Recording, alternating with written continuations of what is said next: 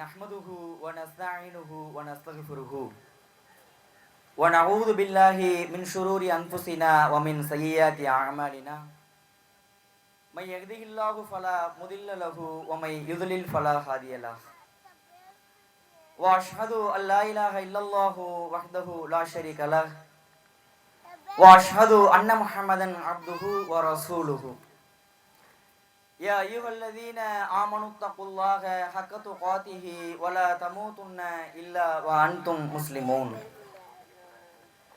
கண்ணியத்திற்குரிய எல்லாம் வல்ல அல்லாஹ்வின் நல்லடியார்களே, அல்லாஹ்வுடைய பெரும் கிருபையினால் அவன் நம் மீது கடமையாக்கிய ரமதான் மாத நோன்பை நோற்றுவிட்டு அதை தொடர்ந்து வருகிற ஈதுடைய பெருநாளில் நாம் எல்லாம் கலந்து கொண்டு இருக்கிறோம்.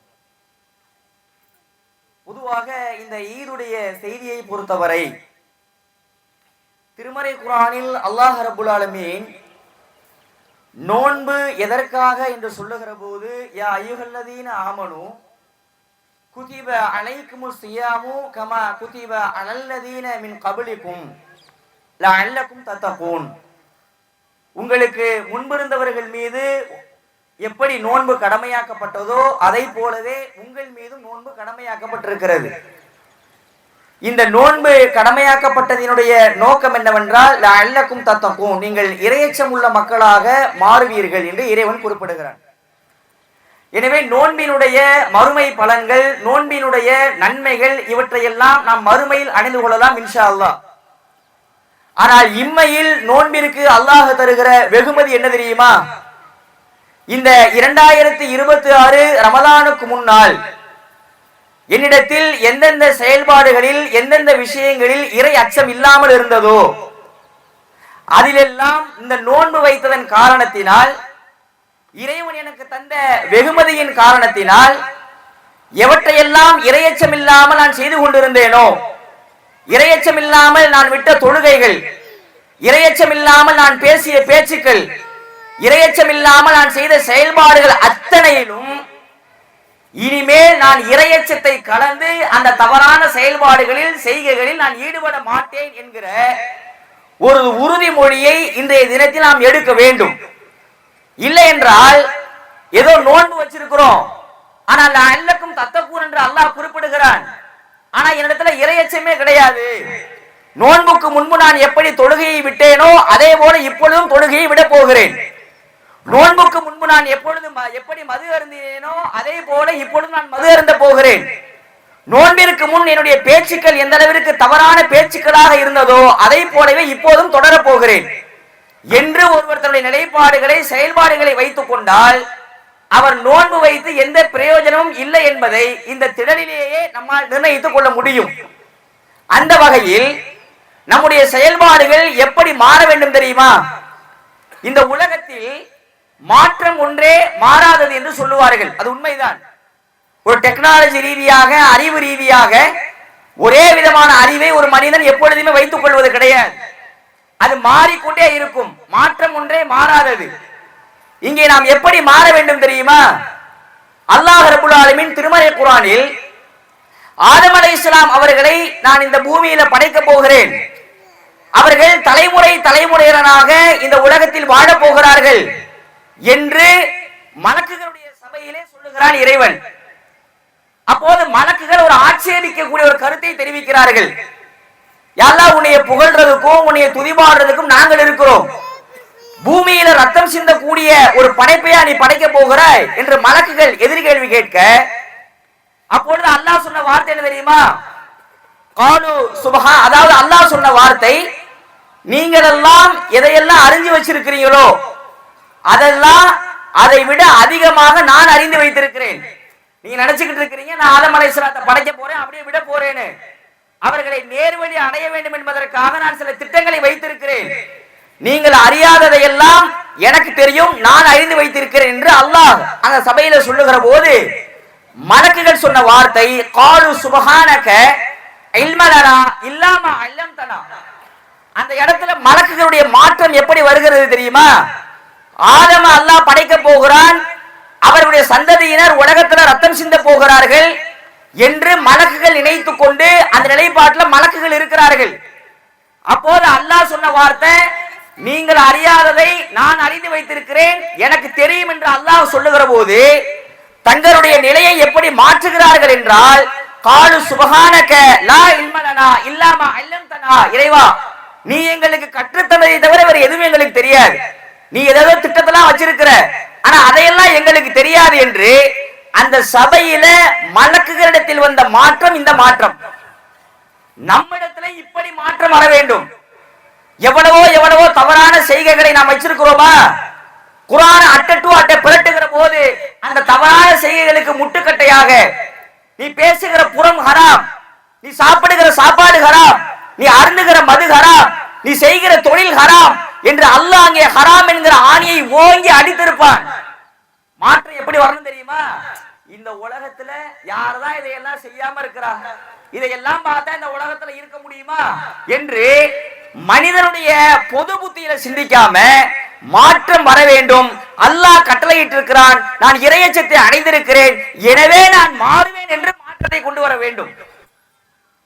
ஏன் நபி நூஹ் அலைஹிஸ்ஸலாம் பெரிய வெள்ளம் வந்து மக்கள் எல்லாம் உலகத்துல அழிக்க போகிறான் அல்லாஹ். அந்த நேரத்தினுடைய பாசம் என்ன தெரியுமா? யா அல்லாஹ், நான் பெற்றெடுத்த மகன் அவனும் இந்த வெள்ளத்துல அழிய போகிறான், அவனின் குடும்பத்துல ஒருத்தன் யா அல்லாஹ் அவன் எதிரணியில நிக்கிறான், அவனை காப்பாத்து என்று நூஹ் அலைஹிஸ்ஸலாம் பிரார்த்தித்த பொழுது அல்லாஹ் சொன்ன வார்த்தை என்ன தெரியுமா? நூஹே, இறை அச்சமில்லாமல் ஏக இறைவனை வணங்காமல் ஒரு எதிர்கொள்கையில உன் மகன் இருந்துகிட்டு இருக்கிறான், என் மகைய அல்லாஹ் நீ கேட்கிறியே, உன்னுடைய மகன் உன் குடும்பத்தை சேர்ந்தவன் இல்லை என்று அல்லாஹ் அந்த நேரத்துல அங்க டிக்ளேர் பண்றான். அந்த அல்லாஹ் ரப்பல் ஆலமீன் சொன்னார் அல்லவா அந்த வார்த்தை, உடனே நூஹ் நபி ஆட்சேபிக்கல, இல்லையா அல்லாஹ் நான் அப்படி வளர்த்தேன் அவனை, இப்படி கண்ணு முன்னாடி வெள்ளத்துல போகிறானே, கண்ணு முன்னாடி அழிய போகிறானே என்று சொல்லாமல் அவர் கேட்ட வார்த்தை என்ன தெரியுமா? அல்லாஹ்விடத்துல அவர் சொன்ன வார்த்தை, கால ரப்பி இன்னி அஊது பிக அன் அஸ்அலக மா லைஸ லீ பிஹி இல்முன், இறைவா எனக்கு எதிலெல்லாம் அறிவு இல்லையோ அதை உன்னிடத்துல கேட்பதை விட்டு நான் பாதுகாவல் தேடுகிறேன்.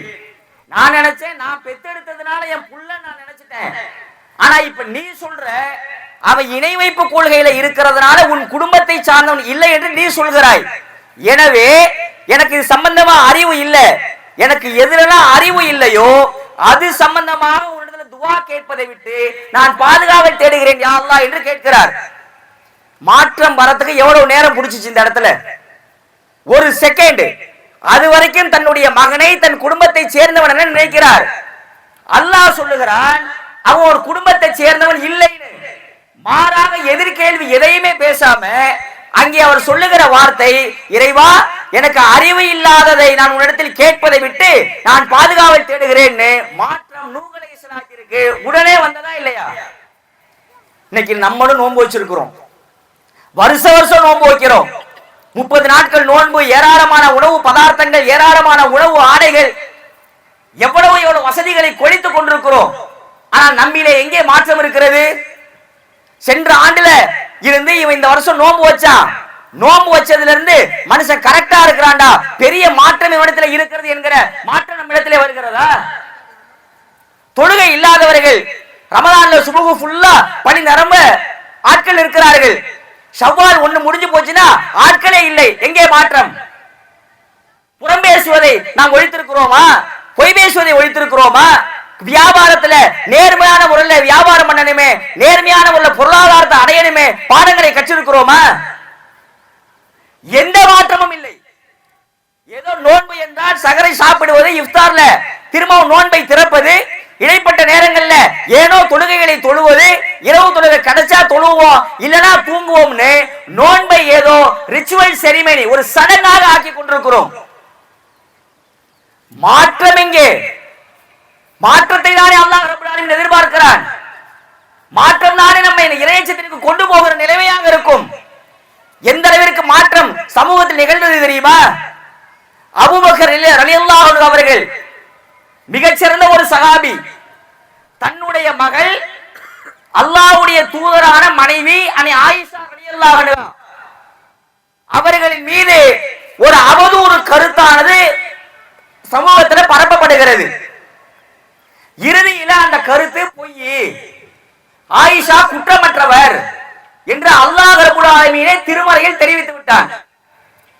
இந்த நேரத்தில் ஆயிஷா ரலியல்லாஹு அன்ஹா அவர்களை பற்றி அவதூறு சொன்னவர்கள் ஒருவர் யார் தெரியுமா? மிஸ்தக் பின் உசாசா என்கிற ஒருவர். அவருடைய பெயர் மிஸ்தக். இந்த மிஸ்தக் அபூபக்கர் ரலியல்லாஹு அன்ஹு அவர்களுக்கு சொந்தக்காரராக இருக்கிறார், ஏழையாக இருக்கிறார். எனவே அபூபக்கர் ரலியல்லாஹு அன்ஹு அவர்கள் மிஸ்தக் அவர்களுக்கு நிறைய பணங்காசை கொடுத்து அவ்வப்போது உதவிகளை செய்து கொண்டிருக்கிறார், தான தர்மங்களை செய்து. பாயிண்ட நல்லா கவனிங்க. அபூபக்கர் ரலியல்லாஹு அன்ஹு தான் மிஸ்தகுக்கு உதவி செய்கிறார், தான தர்மங்களை செய்கிறார். ஆனா உதவி வாங்கிய மிஸ்தகு அபூபக்கர் ரலியல்லாஹு அன்ஹு அவர்களுடைய மகனாகிய அல்லாஹ்வுடைய தூதருடைய மனைவியாகிய ஆயிஷா அம்மா மீது அவதூறை சொல்லுகிறார். இப்ப அபூபக்கர் என்ன தெரியுமா செஞ்சாங்க?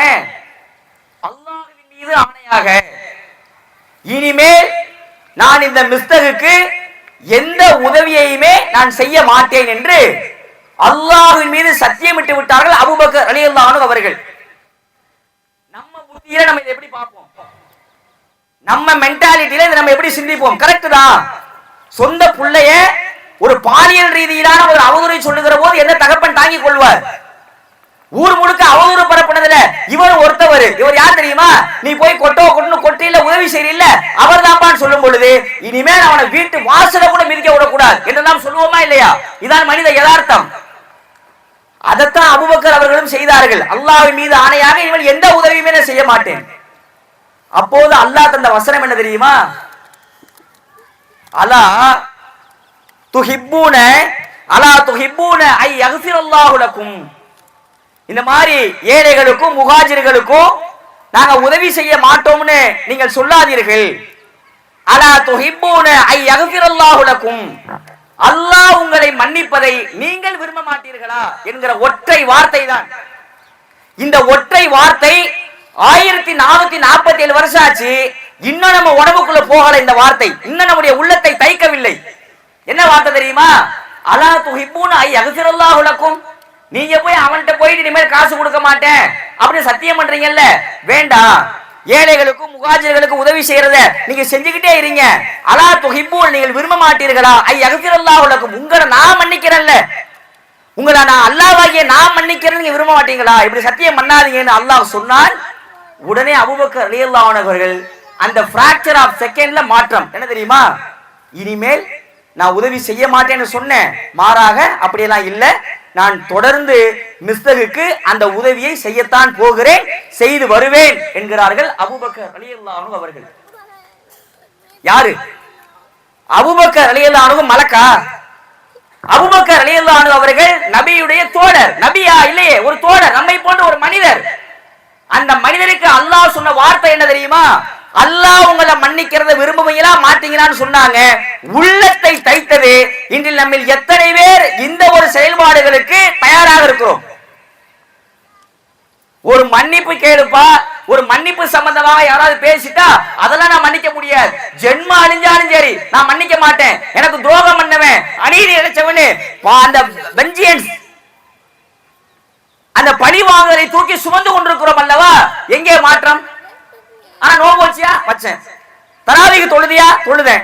இஃப்தார் எங்க? அங்க போனேன். ஒற்றைப்படை இரவு ஃபுல்லா முடிச்சிருந்தேன். குர்ஆன் ஓதுனியா? ஓதுனேன். எல்லாம் செஞ்சியப்பா, மாற்றம் எங்கே? மாற்றம் வந்தால்தானே மனிதன், மாற்றம் வந்திருந்தால் தானே இறையச்சம். மாறி இருக்கிறார்களே, நபி மாறினார், மலக்குகள் மாறினார்கள், நபி தோழர் மாறி இருக்கிறார்.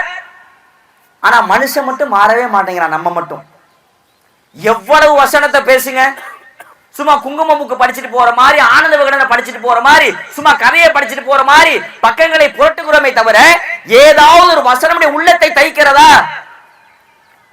அபூதர் ரலியல்லாஹு அன்ஹு அவர்கள் தன்னுடைய அடிமையை எப்படி தெரியுமா திட்டிவிட்டாரு?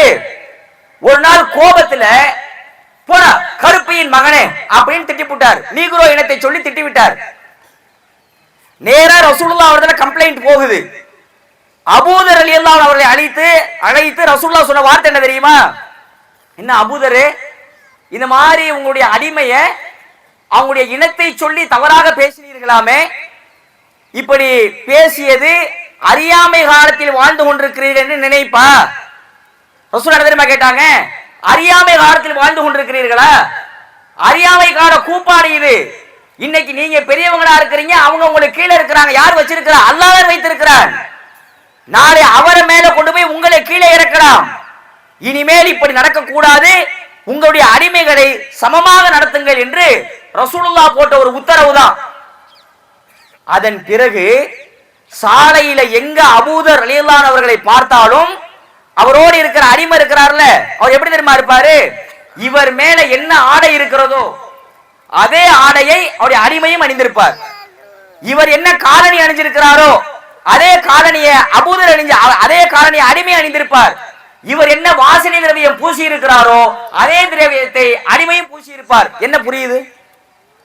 இந்த ஹதீஸ் என்ன புரிஞ்சிச்சு? அபூதர் ரலியல்லாஹு அவர்கள் ஏதோ ஒரு நாள் திட்டிவிட்டாங்க. ஆனா ரசூலுல்லாஹ்வுடைய அறிவுரைக்கு பிறகு மாற்றம் எப்படி வந்துச்சு பாத்தீங்களா? இனிமேல் நாம இதை செய்யக்கூடாது, இனிமேல் நாம இதை தொடக்கூடாதுன்னு மாறினார்கள் அல்லவா? இந்த மாற்றம் நம்மிடத்தில் எங்கே? அதான் கேள்வி. இன்னைக்கே உட்காருங்க, எவ்வளவு எவ்வளவு தவறான செய்திகளை நம்ம செஞ்சுக்கிட்டு இருக்கிறோம், எவ்வளவு எவ்வளவு கூப்பாடுகளை நம்ம போட்டுக்கிட்டு இருக்கிறோம், எதெல்லாம் நம்ம மார்க்கத்துக்கு முரணாக செய்து கொண்டிருக்கிறோம், அதையெல்லாம் லிஸ்ட் போட்டு இனிமேல் நாம இதையெல்லாம் செய்யக்கூடாது, இதையெல்லாம் நம்ம தட்டி தூக்க வேண்டிய காலகட்டம் இன்றைக்கு இருக்கிறது என்பதை மனதில் வைத்துக் கொண்டு இறையச்சத்தை கூலியாக பெற்று மாற்றத்தை நம்மில் கொண்டு வர வேண்டும். இன்னைக்கு மனுஷன் என்ன தெரியுமா நினைக்கிறான்? ஏகப்பட்ட பாவங்கள். ஒரு நாள் முழுக்க நீங்கள் பயான் பேசினாலும் சரி, ஒரு 30 வினாடி இருக்கிற இன்ஸ்டாகிராம் ரீல்ஸ் உங்களை மாற்றிவிடும். பாலியல் ரீதியாக, கலாச்சார ரீதியாக, மார்க்கத்திலிருந்து புரட்ட வேண்டும் என்பதற்காக, மது ரீதியாக ஏராளம் ஏராளமான விஷயங்கள் சமூகத்தில் புரையோடி கொண்டு போயிருக்கிறது. அவற்றை எல்லாம் நாம் மாற்றணும்னா நாம மாறணும்னு நினைச்சா மட்டும்தான் முடியும். நினைச்சு பாருங்க, ஒரு விஷயம் என்ன தெரியுமா? எவ்வளவோ மரணங்களை கேள்விப்படுகிறோம். எத்தனையோ பேர் ஆக்சிடென்ட்ல மரணம், திடீர்னு கிட்னி ஃபெயிலியர்ல மரணம், சென்ற ஆண்டு திடலில் வந்திருக்கிறவர்கள் இந்த ஆண்டு மரணம். நினைச்சு பாருங்க, ஒரே ஒரு கற்பனை என்ன தெரியுமா? இதே மாதிரி இதற்கு முன்பு ஏதோ ஒரு விதியில 2025ல இந்த விபத்துல இவன் இறந்து போயிருக்கணும்னு நமக்கும் அல்லாஹ் விதியில எழுதி வச்சிருந்தான்னு வைங்க, நாம இந்நேரம் மண்ணோட மண்ணாக மக்கி போயிருப்போம். இவனுக்கு வயசு 20 வயசு வரைக்கும் தான் இவன் வாழ்வான்னு அல்லாஹ் இங்க இருக்கிறத யாருக்காவது அல்லாஹ் எழுதி வச்சிருந்தான்னு வைங்க, 20 தாண்டவங்க 20லயே போயிருப்போம், அவ்வளவுதான். அப்படியானால் கடக்கிற ஒவ்வொரு காலமும் எதற்கு தெரியுமா? அல்லாஹ் ரப்புல் ஆலமீன் நமக்கு அவகாசத்தை கொடுத்து கொண்டிருக்கிறான். அல்லாஹ் ரப்புல் ஆலமீன் நமக்கு நேரத்தை கொடுத்து கொண்டிருக்கிறான். 30 வயசுல ஒருவனை மரணமாக்க தெரிந்த அல்லாஹ்விற்கு நம்மை அதே நாளில் மரணிக்க தெரியாமல் இல்லை. ஒருத்தவனுக்கு 25 வயசுல விதி எழுதின அல்லாஹ்வுக்கு நம்மளை 25 தாண்டி எழுதி வச்சிருக்கிறான்ல. இவனுக்கு திருமண வாழ்க்கை இல்லைன்னு பல பேராக்க அல்லாஹ் விதியை அழிச்சு விட்டான், நமக்கு அந்த வாழ்க்கையை தந்திருக்கிறான்ல. இவனுக்கு புள்ளைங்கிறதே பிறக்காது, இவன் இறந்து போயிருவான் அதுக்குள்ள என்று பல பேருக்கு எழுதி வைத்த அல்லாஹ் நமக்கு அந்த பிள்ளை பாக்கியத்தை தந்திருக்கிறான்ல. அப்படின்னா என்ன அர்த்தம்? நமக்கு அல்லாஹ் அவகாசங்களை தந்து கொண்டிருக்கிறான். சரி, இன்னும் கொஞ்சம் காலம் போகட்டும், இன்னும் கொஞ்சம் காலம் போகட்டும், திருந்துவான் திருந்துவான் திருந்துவான்னு. ஆனா நம்ம என்ன தெரியுமா? ஈதுடைய திடலோட முடிஞ்சு போச்சு, அவ்வளவுதான். வெளியில போனோம்னா ஒட்டு மொத்தமா எல்லாத்தையும் தூக்கி கடாசி விட்டு இனிமேல் மார்க்கமாவது நானாவது, தொழுகையாவது நானாவது, குர்ஆன் ஓதுறதாவது நானாவது என்று தூக்கி கடாசி கொண்டு முஸ்லிம்கள் வாழ்ந்து கொண்டிருக்கிறோம். சும்மா ரமலான்னா ஒரு சீசன் மாதிரி ஆயிருச்சு. அல்லாஹ் ரப்புல் ஆலமீன் நம்மை தண்டிக்க நினைத்தால் நினைச்சு பாருங்க, திருமறையுடைய வரலாற்றுல நிறைய சமுதாயங்களை இறையச்சம் இல்லாமல் அட்டூழியங்களை போட்டு ஆட்டுனதனால அவர்களை அல்லாஹ் அழிப்பதற்கு எடுத்த இடம் எது தெரியுமா? மறுமை அல்ல, இம்மை. குரங்குகளாகவும் பன்றிகளாகவும் அல்லாஹ் மாத்தினா இம்மையில. சமூக கூட்டத்தாரை அல்லாஹ் அழித்தான் இம்மையில. நூஹ் நபியுடைய கூட்டத்தாரை அல்லாஹ் வெள்ளத்தில் அழிச்சான் இம்மையில.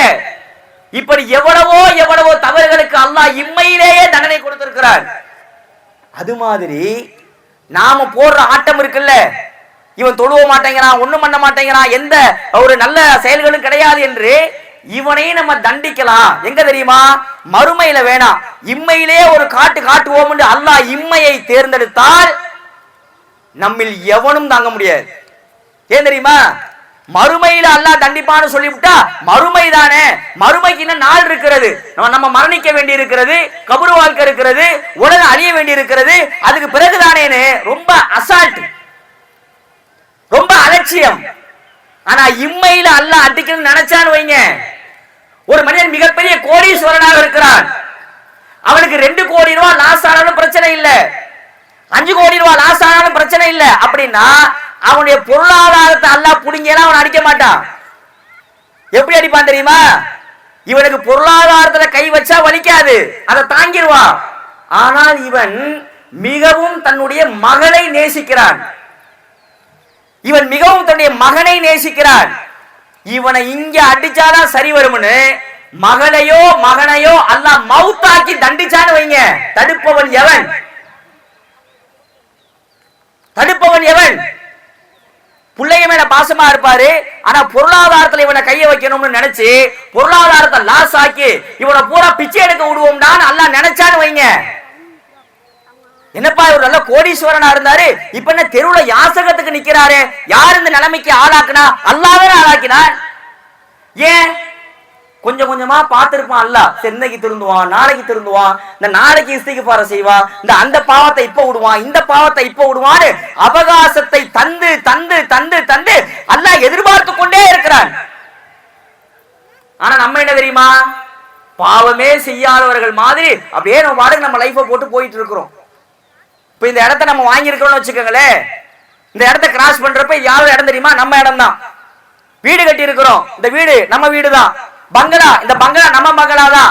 கபரிஸ்தான கிராஸ் பண்றப்ப எத்தனை பேரு இதான்பா நம்ம நிரந்தரமா வந்து வாழ போறேன்னு எத்தனை பேர் சொல்லுவான்? துவா கூட ஓதாம நம்ம பாட்டுக்கு போய்கிட்டே இருக்கிறோம்.